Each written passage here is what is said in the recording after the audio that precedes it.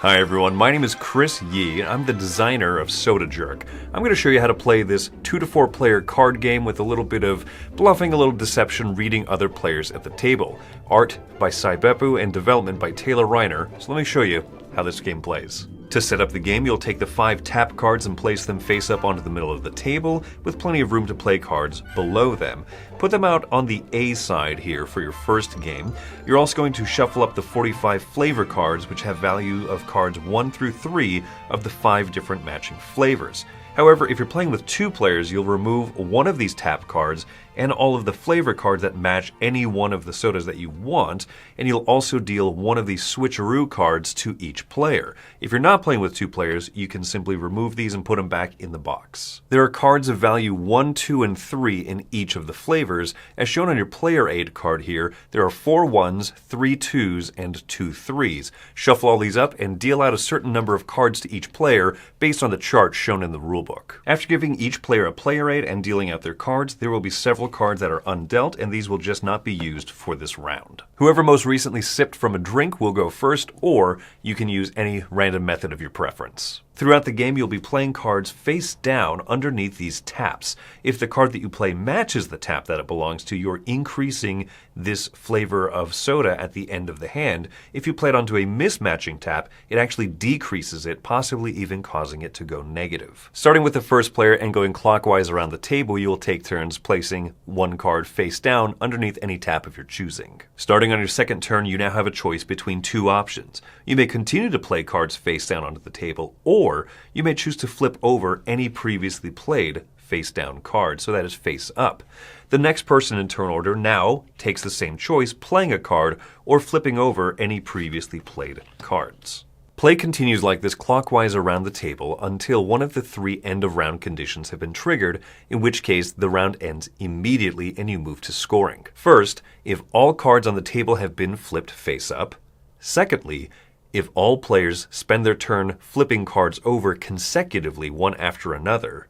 Third, if a player starts their turn with only 3 cards in hand. As soon as one of these 3 endgame triggers occurs, all players will reveal their hands and move on to scoring. Players will multiply the cards of each flavor they have times that flavor's end of round value. Oranges are each going to be worth 3 points, regardless of the number printed on the orange card, so this 2 only counts as a single orange card in this player's hand, but they would have earned 9 points because oranges have a positive 3 value times their 3 orange cards. Kiwis here have a mix. All of the matching fruits add to the value, so positive 5, minus 1 for the mismatching value here of the bananas. So each kiwi card in hand will be worth 4 points. Strawberries will be worth 4, and bananas, because they have more mismatching, will actually be worth negative 2 for each of those cards left in hand, whereas blueberries will be positive 2.